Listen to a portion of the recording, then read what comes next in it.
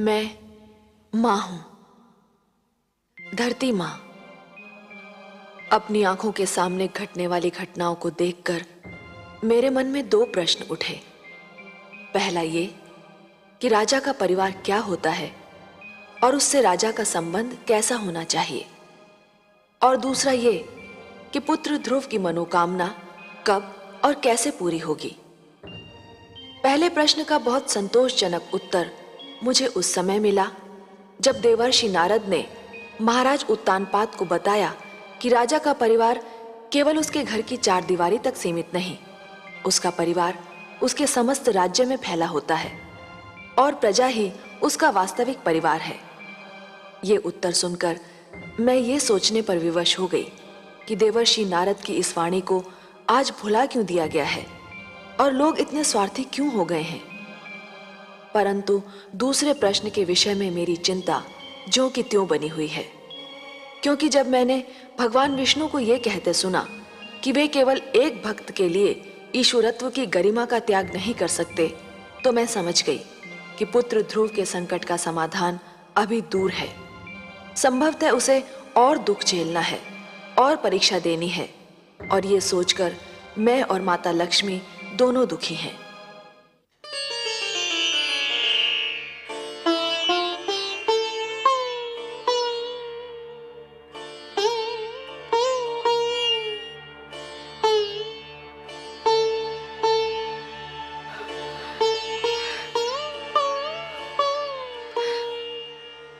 हे करुणा सिंधु, हे प्रभु, न जाने क्यों मेरा मन कांप रहा है। कोई डरावना भय मेरे मन को व्याकुल कर रहा है। कहीं मेरे पुत्र के प्राण संकट में तो नहीं। हे दया सागर, इस दुखियारी माता पर दया करो। मेरे पुत्र की रक्षा करो प्रभु, मेरे पुत्र की रक्षा करो प्रभु, मेरे पुत्र की रक्षा करो।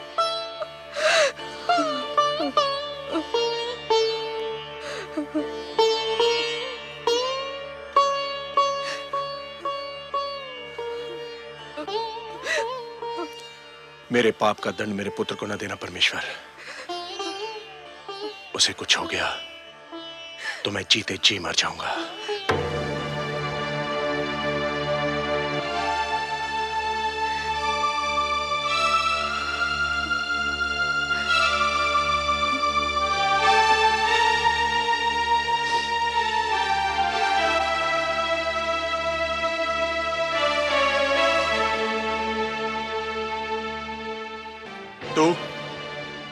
तू क्या करने आई है यहां? इसकी ममता के संसार में आग लगाकर उसके जलने का दृश्य देखने आई है? नहीं महाराज। क्या मिला तुझे हमारा सुख चैन छीन कर? धिक्कार है तुझे। चली जा, चली जा, नहीं तो मैं अपने क्रोध पर नियंत्रण नहीं रख पाऊंगा। जाने दीजिए स्वामी, जाने दीजिए। आप नहीं जानती महारानी सुनीति, यह सब इसी दुष्नारी का किया धरा है। ना ये ध्रुव को हमारी गोद से उतारती और ना हमें ये दुख भरे दिन देखने पड़ते। मैं कहता हूं चली जा, चली जा यहां से, कहीं मेरे हाथों से तेरी हत्या ना हो जाए। ऐसा मत कहिए स्वामी। सुरुचि को दोष देकर हम केवल अपने मन को बहला सकते हैं। ये तो नियति का खेल है। भाग्य में पुत्र वियोग लिखा था, सो मिलकर रहा। इसमें सुरुचि क्या करती? मैं नहीं मानता। भूल हम करते हैं और दोष हम भाग्य को देते हैं। ध्रुव सदैव इसकी आंखों में कांटे की तरह खड़कता रहा। इसी के कारण हमारा पुत्र राजमहल छोड़कर चला गया। मैं जानता हूं इसे। ये बड़ी अभिमानी है, बड़ी निर्दयी है ये। इसकी महत्वाकांक्षाओं का भी कोई अंत नहीं और इसे किसी के दुख का भी कोई ध्यान नहीं। मैं तो कहता हूं कि यदि इसका उत्तम कहीं चला जाता तो इसे पता चलता कि पुत्र वियोग क्या होता है। ये आप क्या कह रहे हैं स्वामी? दुखी होने का अर्थ ये नहीं कि कोई अपना विवेक ही खो दे। भगवान ना करे हमारा उत्तम कहीं चला जाए। वही तो इस राजभवन का कुलदीपक है। हमारा एक पुत्र तो न जाने कहां भटक रहा है। आप चाहते हैं कि हमारा दूसरा पुत्र भी हमसे दूर हो जाए?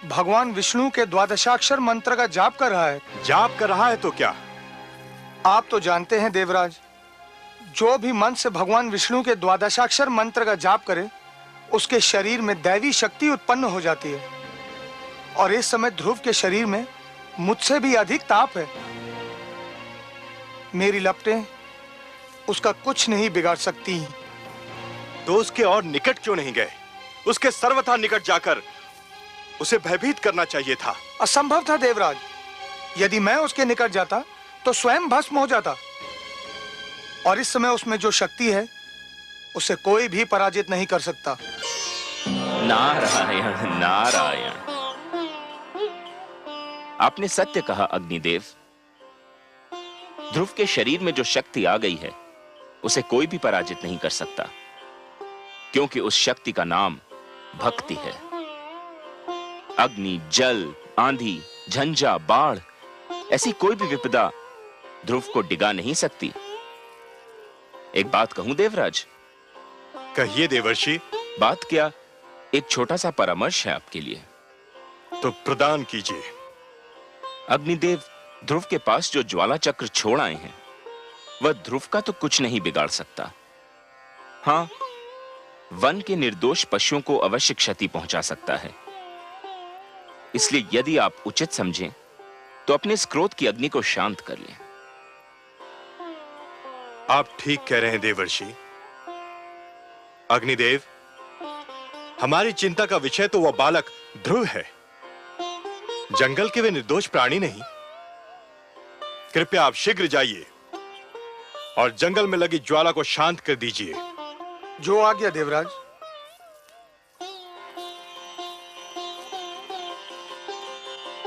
नारायण नारायण। ओम नमो भगवते वासुदेवाय। ओम नमो भगवते वासुदेवाय। ओम नमो भगवते वासुदेवाय। ओम नमो भगवते वासुदेवाय। ओम नमो भगवते वासुदेवाय। ओम नमो भगवते वासुदेवाय। ओम नमो भगवते वासुदेवाय। ओम नमो भगवते वासुदेवाय। ओम नमो भगवते वासुदेवाय। ओम नमो भगवते वासुदेवाय। ओम नमो भगवते वासुदेवाय। ओम नमो भगवते वासुदेवाय। ओम नमो भगवते वासुदेवाय। ओम नमो भगवते वासुदेवाय। ओम नमो भगवते वासुदेवाय। ओम नमो भगवते वासुदेवाय। ओम नमो भगवते। ओम नमो भगवते वासुदेवाय।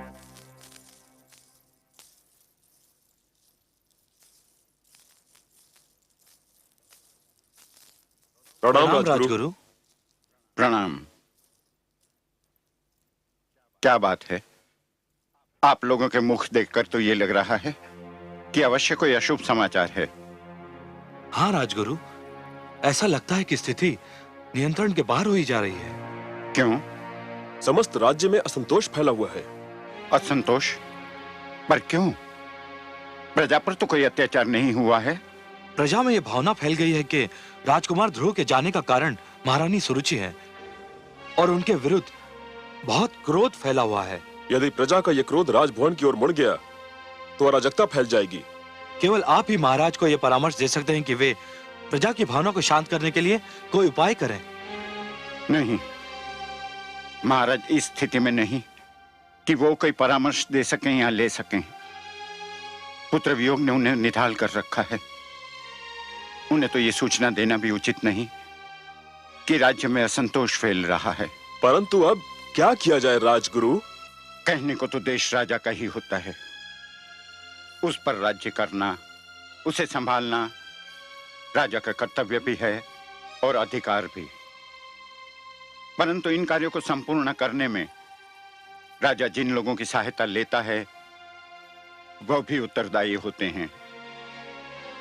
रात्रि का अंधकार दूर करने का उत्तरदायित्व केवल चंद्रमा पर नहीं, उन तारों पर भी है जो चंद्रमा की चारों ओर चमकते हैं। यदि प्रजा में असंतोष फैला है तो उसे दूर करने का उत्तरदायित्व मुझ पर और आप पर भी है।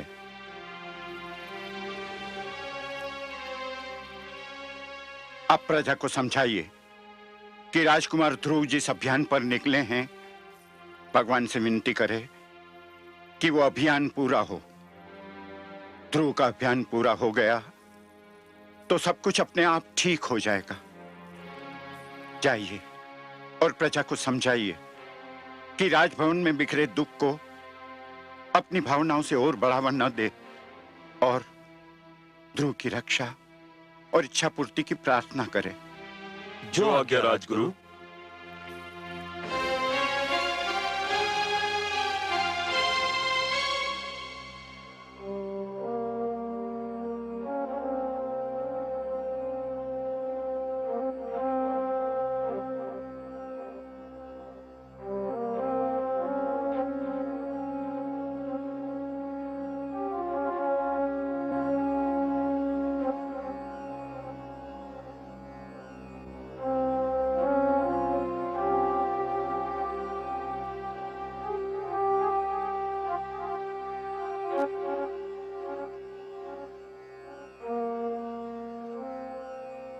महाराज, राजसभा का समय हो गया है।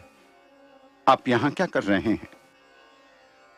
संसार के दुखों से पीड़ित होकर भगवान के चरणों में शरण ढूंढ रहा हूं राजगुरु। क्षमा कीजिए महाराज, आप भगवान के चरणों में शरण नहीं ढूंढ रहे हैं।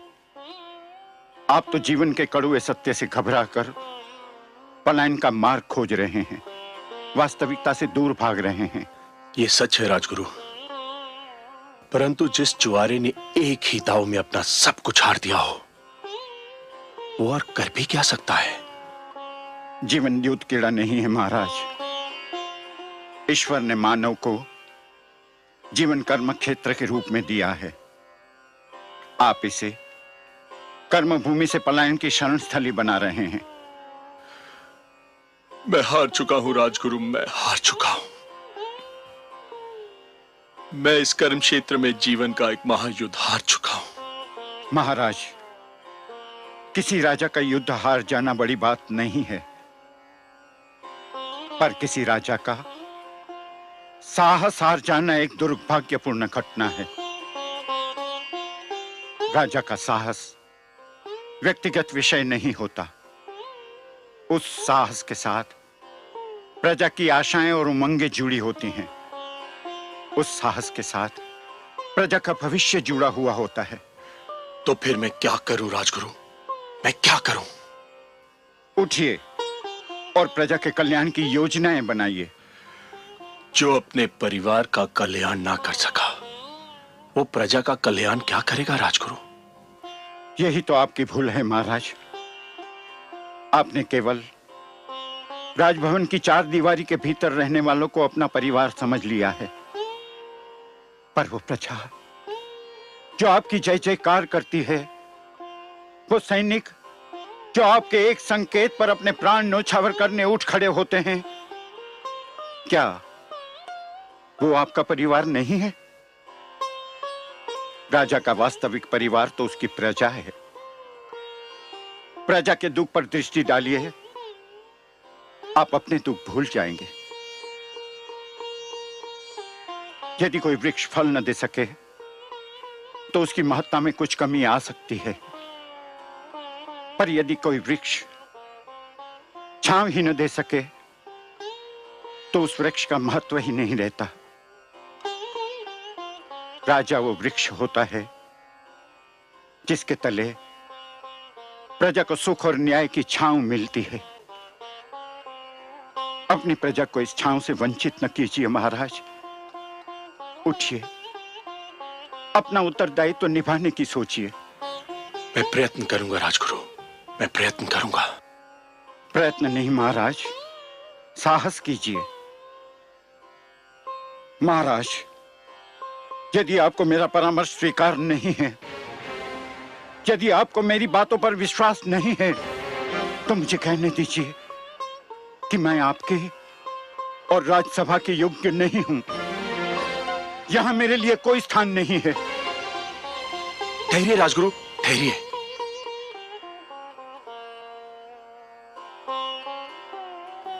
राजगुरु, मैं जीवन में बहुत कुछ खो चुका हूं।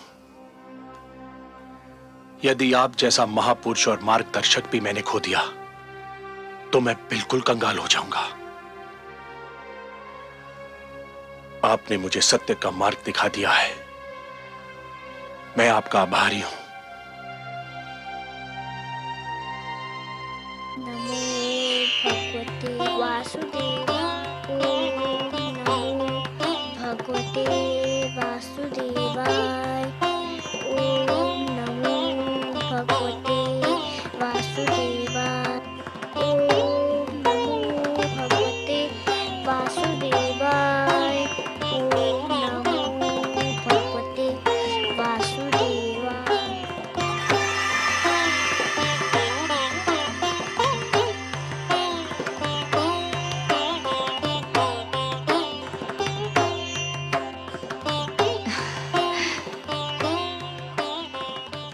क्या हुआ स्वामी? हे कमल नयन, जब त्रिलोक में उजाला फैलता है, जब धरती पर वसंत झूमता है, जब कमल खिलते हैं, जब पुष्प अपनी सुगंध फैलाते हैं, मैं समझ जाती हूँ कि आप मुस्काए हैं। ये सारे दृश्य आपकी मुस्कान की ही छवि हैं। विधाता ने मुस्कान की रचना ही इसलिए की कि वो आपके अधरों की शोभा बढ़ाए। पर अभी अभी मैंने आपके अधरों पर जो मुस्कान देखी, उसमें एक विचित्र ज्योति, एक अद्भुत प्रकाश दिखाई दिया मुझे। जैसे आपके अधरों से मुस्कान नहीं, किरण फूट रही हो। कोई मुझे आनंद विभोर कर रहा है देवी। अवश्य ही सृष्टि के किसी भाग में भक्ति के प्रकाश का उदय हो रहा है। मुझे एक विचित्र आनंद का अनुभव हो रहा है। हो न हो, ये मेरे ध्रुव की भक्ति का ही चमत्कार है। उसके रोम रोम में केवल आप ही बसे हैं सर्वेश्वर। उसके हृदय में झांक कर देखे तो केवल आपकी छवि ही दिखाई पड़ेगी।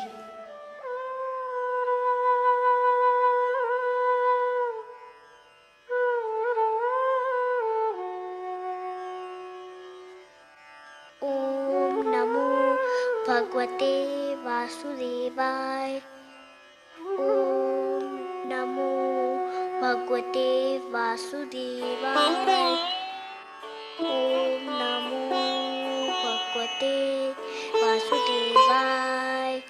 ओम नमो भगवते वासुदेवाय। ओम नमो भगवते वासुदेवाय। ओम नमो भगवते वासुदेवाय। ओम नमो भगवते वासुदेवाय। ओम नमो भगवते वासुदेवाय। ओम नमो भगवते वासुदेवाय। गुरुदेव, गुरुदेव, आप कहाँ हैं? नारायण नारायण। क्या है वत्स? मैं यही हूं तुम्हारे निकट। क्या बात है? मुझे अभी अभी लगा जैसे भगवान विष्णु मेरे मन में आ गए हैं। मुझे लग रहा है जैसे भगवान विष्णु मेरे अंदर विराजमान है। अहो भाग्य, तब तो चमत्कार हो गया पुत्र। तुम्हारी तपस्या ने भगवान विष्णु का मन जीत लिया। मुझे तुम पर गर्व है। तुम धन्य हो पुत्र। तुमने सिद्ध कर दिया कि तुम मेरे शिष्य होने के अधिकारी थे। पर वे मेरे सामने क्यों नहीं आए? उससे क्या अंतर पड़ता है पुत्र? जिसके मन में भगवान विष्णु रम गए हों, उसे और क्या चाहिए? उसका तो जन्म सफल हो गया। तो मेरी बात मानो, मंत्र के जाप को विराम दो, अन्न जल ग्रहण करो और अपने राजमहल लौटने की तैयारी करो। नहीं गुरुदेव, ना मैं मंत्र का जाप छोड़ूंगा, ना कुछ खाऊंगा, ना कुछ पीऊंगा, ना घर जाऊंगा। क्यों? अब और क्या पाने को शेष रह गया है? अभी तो भगवान विष्णु केवल मेरे मन में आए हैं। तो फिर और क्या चाहिए तुम्हें? मैं चाहता हूँ कि भगवान विष्णु मेरे सामने आए। मैं उन्हें देखना चाहता हूँ। किंतु क्यों? मैं उनसे बात करना चाहता हूँ, उनसे कुछ पूछना चाहता हूँ। तुम्हारी मांगे तो बढ़ती जा रही हैं पुत्र, और जैसे जैसे तुम्हारी मांगे बढ़ रही हैं वैसे वैसे मेरी चिंता बढ़ती जा रही है। क्या पूछना चाहते हो तुम? मैं उनसे पूछना चाहता हूँ कि मुझे मेरे पिताश्री के गोद से क्यों उतारा गया। मुझ पर अन्याय होता देखकर मेरे पिताश्री क्यों चुप रहे। संसार में ऐसा अन्याय क्यों होता है? इसलिए भगवान को मेरे सामने आना ही होगा, नहीं तो मैं यूं ही भूखा प्यासा रहूंगा। सुनो पुत्र, तुम भाग्यशाली हो कि तुम्हें इतना कुछ मिल गया। भगवान विष्णु को प्रसन्न करके उनका मन जीतने वाले तुम पहले सबसे छोटी आयु के बालक हो। अब और हठ न करो। भगवान विष्णु तुम्हारे मन में रम गए हैं तो समझो तुमको मिल ही गए। नहीं गुरुदेव, मैं उनको अपने सामने लाकर ही रहूंगा। उसके लिए जो करना पड़ेगा पुत्र, वो तुमसे नहीं होगा। आप बताइए तो सही, मैं अपने भगवान को देखने के लिए कुछ भी कर सकता हूँ। परंतु उससे तुम्हारे प्राणों पर भी संकट आ सकता है पुत्र। मुझे अपने प्राणों की चिंता नहीं है, मुझे तो बस भगवान विष्णु को देखना है। आप बताइए मुझे क्या करना होगा। नारायण नारायण, न जाने कैसे हठी बालक से पाला पड़ा है। अब इसके बाल हट का मैं क्या करूं? मुझे बताइए ना मुझे क्या करना है। नहीं पुत्र, तुम नहीं कर पाओगे, बहुत कठिन कार्य है। मैं कर लूंगा, आप बताइए तो सही। अच्छा तो सुनो, यदि तुम अपनी इच्छा की पूर्ति चाहते हो तो तुम्हें अपनी श्वास को रोकना होगा। कैसे?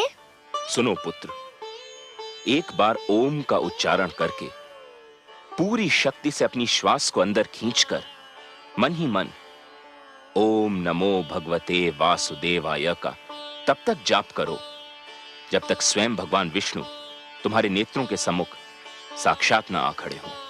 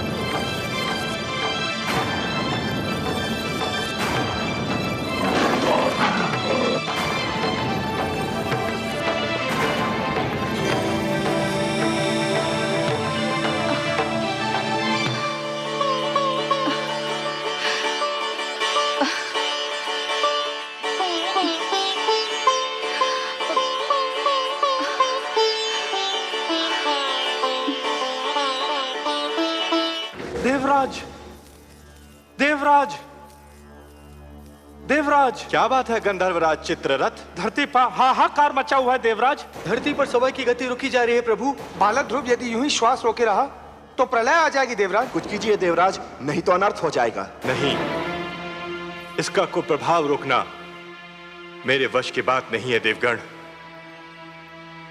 हमें ब्रह्मा जी के पास चलना चाहिए, अब वही इसका कोई उपाय बता सकते हैं।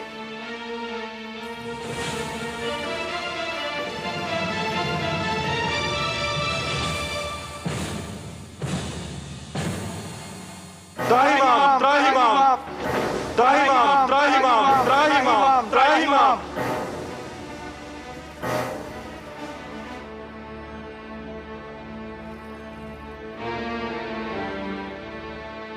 हे ब्रह्मदेव, कोई उपाय कीजिए, नहीं तो बालक ध्रुव के कारण अनर्थ हो जाएगा। उसने श्वास रोककर संसार की सारी गतिविधि ही रोक दी। यह स्थिति थोड़ी देर और रही तो संपूर्ण जगत का सर्वनाश हो जाएगा। जगत की रक्षा कीजिए भाग्य विधाता। मैं क्या कर सकता हूं देवराज? मैं अपनी सीमा लांघकर तो नहीं जा सकता। मैंने जगत की रचना कर दी, यही मेरी सीमा थी।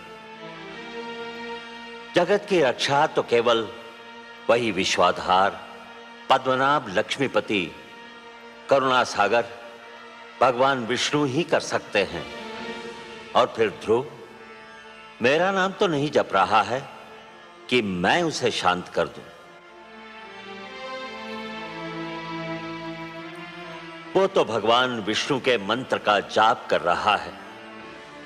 इस समस्या का संबंध उन्हीं से है और समाधान भी केवल वही कर सकते हैं। हमें मिलकर उनकी सेवा में चलना होगा। संसार को इस संकट से वही उबार सकते हैं।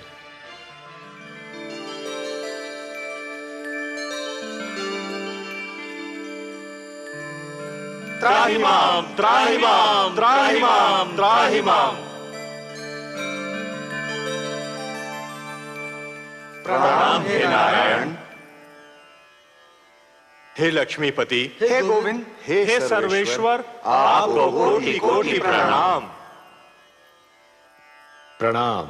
हे त्रैलोकीनाथ, सृष्टि की रक्षा कीजिए, नहीं तो आपकी सृष्टि को प्रलय आने से पहले ही एक महाप्रलय नष्ट कर देगी। ध्रुव ने जब से श्वास रोककर द्वादशाक्षर मंत्र का जाप आरंभ किया है, सारे संसार में वायु की गति रुक गई है। प्राणियों के दम घुट रहे हैं प्रभु। ध्रुव को रोकना मेरे वश में नहीं है भगवान। यह कार्य केवल आप ही कर सकते हैं। आप सृष्टि के रक्षक हैं, उसके पालनहार हैं।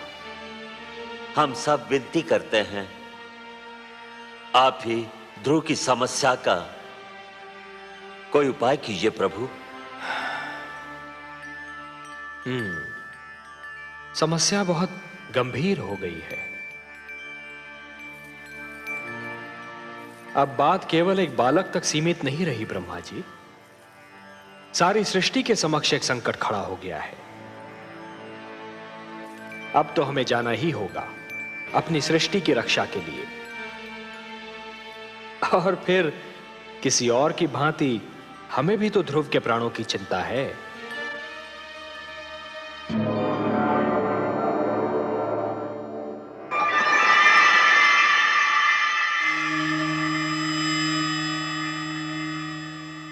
वासुदेव, वासुदेव, आप कहाँ चले गए वासुदेव?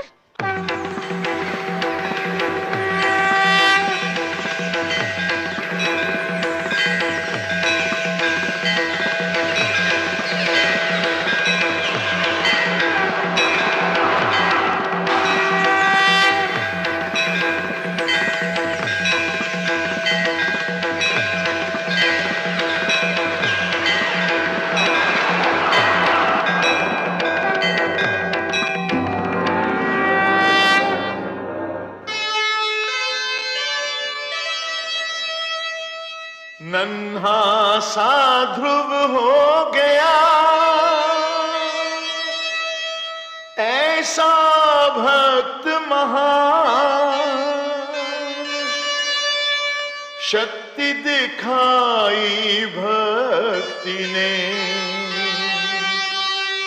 प्रगट हुए भगवान। वासुदेव, मैं कहीं नहीं गया वत्स ध्रुव। तुम मुझे अपने सम्मुख देखना चाहते थे ना? तो लो, देखो, मैं तुम्हारे नेत्रों के सामने उपस्थित हूं। तुम विजयी हुए पुत्र। तुमने मुझे जीत लिया। तुम्हारे जैसा तपस्वी न कभी हुआ है और न कभी होगा। तुमने सिद्ध कर दिया कि जीव ब्रह्म का ही एक अंश है और अपनी साधना से ब्रह्म को भी धरती पर ला सकता है। तुमने यह सिद्ध कर दिया वत्स कि सृष्टि की सबसे बड़ी शक्ति है भक्ति। वत्स ध्रुव, अब श्वास लेना आरंभ कर दो पुत्र। अब मैं कहीं नहीं जाऊंगा।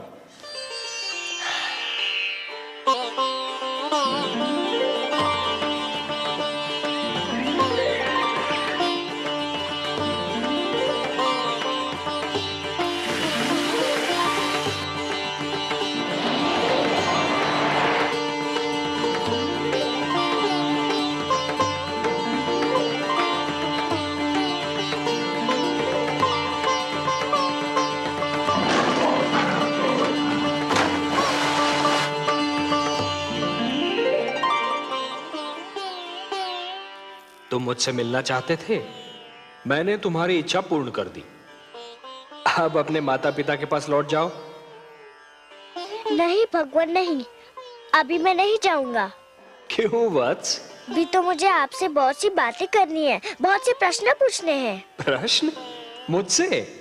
भला ऐसे कौन से प्रश्न हैं तुम्हारे मन में? मुझे बताइए प्रभु कि मेरी छोटी माता मुझे अपना पुत्र क्यों नहीं मानती? उन्होंने मेरी माताश्री को दासी क्यों कहा? उन्होंने मुझे मेरे पिताश्री की गोद से क्यों उतारा? मेरे पिताश्री ने छोटी माता को रोका क्यों नहीं? बताइए भगवान। अरे अरे अरे अरे अरे, इतने सारे प्रश्न एक साथ?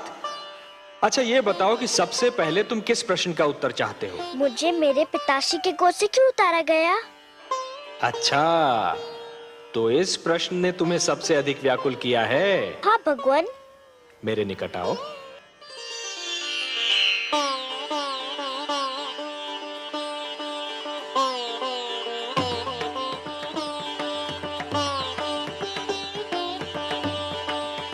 और निकट आओ वत्स। आओ वत्स।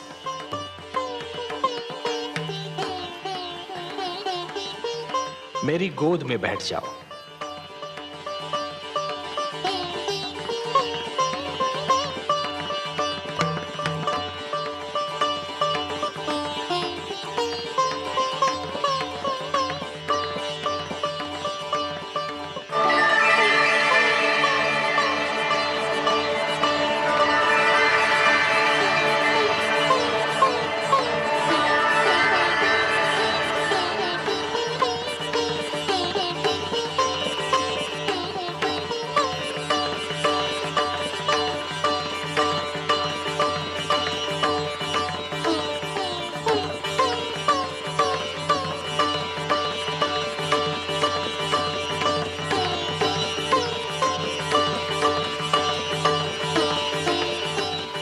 वत्स, अब और प्रश्न पूछने हैं मुझसे? कुछ नहीं पूछना प्रभु, अब कुछ नहीं पूछना। अब तो मुझे हर प्रश्न का उत्तर मिल गया है। मेरे चारों ओर ज्ञान का प्रकाश फैला हुआ है। मैं वहाँ हूँ जहाँ केवल मैं हूँ और आप है। अच्छा वासुदेव। ओम पूर्णमदः पूर्णमिदं पूर्णमुदच्यते पूर्णस्य पूर्णमादाय पूर्णमेवावशिष्यते। अब न कोई कामना है न कोई इच्छा। आपकी गोद में आकर लगता है इसके सिवा हर वस्तु तुच्छ है। अब मुझे कुछ भी नहीं चाहिए। मुझे मेरा ठिकाना मिल गया, मेरा घर मिल गया।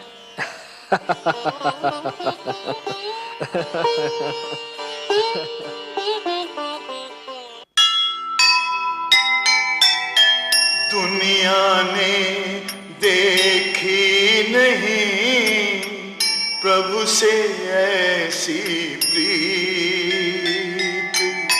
नन्हे बालक ने लिया वासुदेव को जीत। प्रश्नों के उत्तर मिले, सफल हुआ अभियान। सब कुछ उसने पा लिया जिसे मिले भगवान, जिसे मिले भगवान।